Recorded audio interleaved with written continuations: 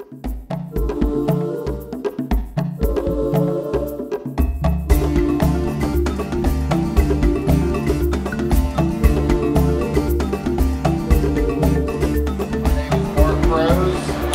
you on a brief tour to show you some of our progress and let you take some pictures and experience what we've been doing so far. As you all know, and you kept pace with the things we're doing, we're building 2 attractions. We're building Cheetah Hunt, an LSM roller coaster provided by Intamin, and we're also building a cheetah habitat where we will be able to run our cheetahs parallel to the second launch, which the launch gets up to 60 miles an hour. Our cheetahs will probably achieve a 50-mile-an-hour speed as they're chasing the coaster parallel to each other. So we're going to go in and kind of look at the cheetah habitat first, and then we'll get on over to the ride. So follow me through. This will be repurposed to be the holding for the cheetahs. So what were once 7 stalls for 7 horses, now we have 7 bedrooms for 14 cheetahs. 12 of those 14 cheetahs are now here on property. Some of them came from South Africa and are in quarantine, but they should be able to come over here probably. Enter from Egypt through 2 big arches at this end.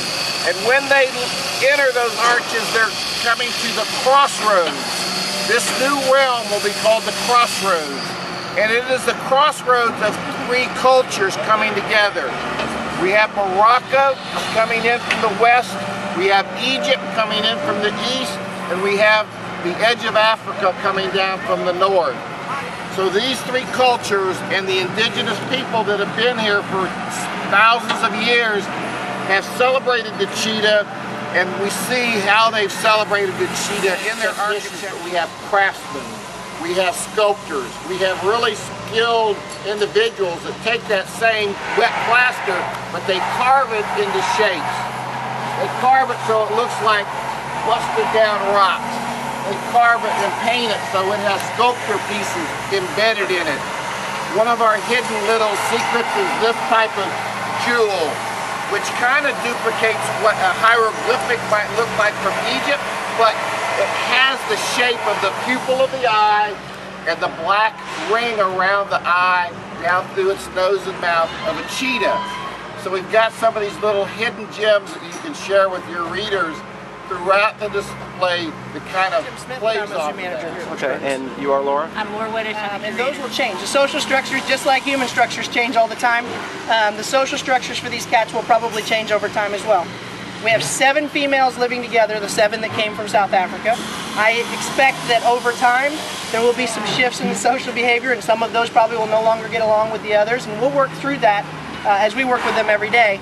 The other 2 groups that we have an older group of a 10 and a 12-year-old male and female, and then we have another group that is actually 3 youngsters that are just about 15 months old right now, 2 males and a female. And like I said, all of them belong to the SSP. They're a part of the SSP program, which is the Species Survival Plan, and so the expectation will be that some of them will probably leave Busch Gardens after a few years. The youngster's not old enough yet to breed, so our program is going to be based on them coming of age and then where they see fit within the system. The tower behind me is something we spent a tremendous amount of time on. I call it our pickup stick design. So if you're playing pickup sticks and you're about ready to release them, they all start to fall apart at the top.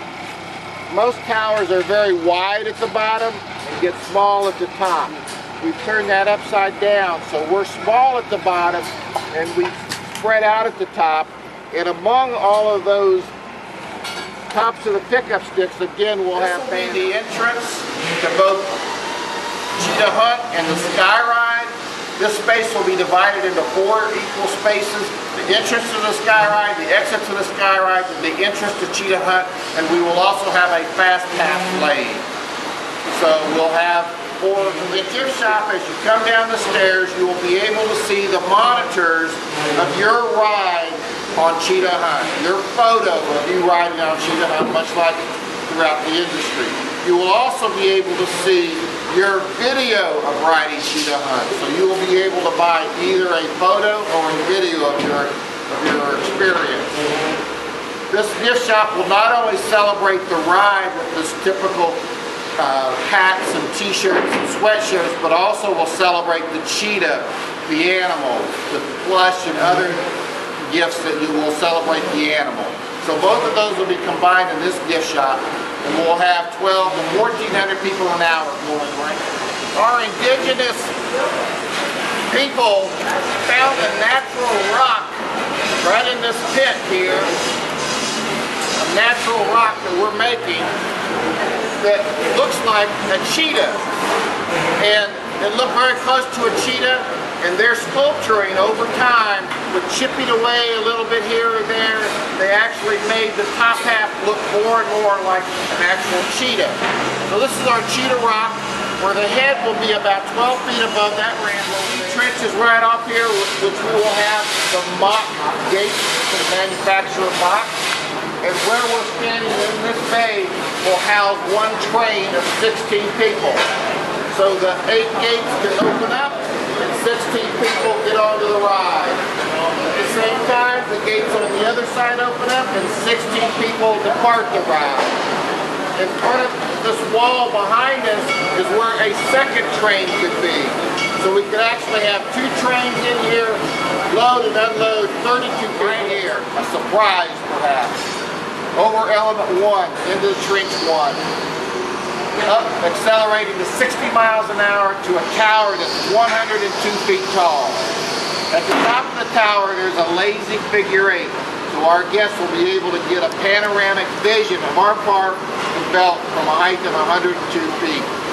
Don't take your eye off the ball very long, because you're going to come to a drop and you're going to fall off the top of that tower into a trench that's 20 feet deep that goes underneath the train tracks. So people on a steam locomotive train will be able to go over trench 2 and see this coaster fall off the tower, disappear under their wheels, and ascend on the other side. We have 13 more pieces of track to fill in, and that's what we're working on right now to complete the bottom of trench 2. As the coaster comes out of trench 2, this is a surprise that we'll reveal to you. It's going to go over the top of the Skyride towers. So our guests that are on our cable cars will be going back and forth, and they will go underneath Cheetah Hunt as it goes over the top. As it clears the top, it then drops into what we call trench 3. That's the trench that we built back in April with our bypass walkway over the top.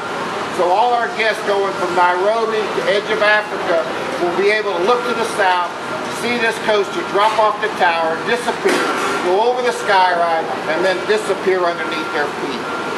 So again, very interactive spots throughout the park for our guests to enjoy Cheetah Hunt and wonder, where do you get on this thing at? Where do I follow it to get onto the loading station? Well, you see the clock tower by the Crown Colony, make your way there and you'll find the entrance. As it comes out from trench 3, this is our one inversion, where we will have a heartline roll as it goes over the top of the land train. So again, people on the land train can look up and see a heartline roll. Later on, after the Nairobi train station, they can see it disappear under your feet. As it goes over the land train and does a heartline roll, it now enters the old Rhino Rally water portion of the canyon. And there is a blockway that's there, so we're able to stop the train on the blockway. Otherwise, we will continue to roll forward and have a steeply banked right-hand turn over the old reservoir right into the belly of Rhino Rally Canyon. The water will continue to be raging down the river as it goes counterclockwise around that island, 18 inches deep. The coaster will dip down almost to the water and go upstream clockwise as it meanders and serpentines through the canyon, through the existing rock work, all the way around to where the old pontoon bridge used to be. The pontoon bridge broke away with the Land Rovers on top and floating down the river. Right there, it'll go right through that space where the pontoons came, and bam, launch 3 is going to get you. You're going to be accelerated back up to 50 miles an hour through launch 3, go through a 60-foot tall camelback so you feel weightless for several seconds, drop down to the ground, and then bank steeply over that same bridge that people were standing on earlier at Trench 3 where the coaster went under it. But now you will be steeply banked over your head. So again, we have these very iconic columns there with the banners in between the columns for this over and under part of the ride.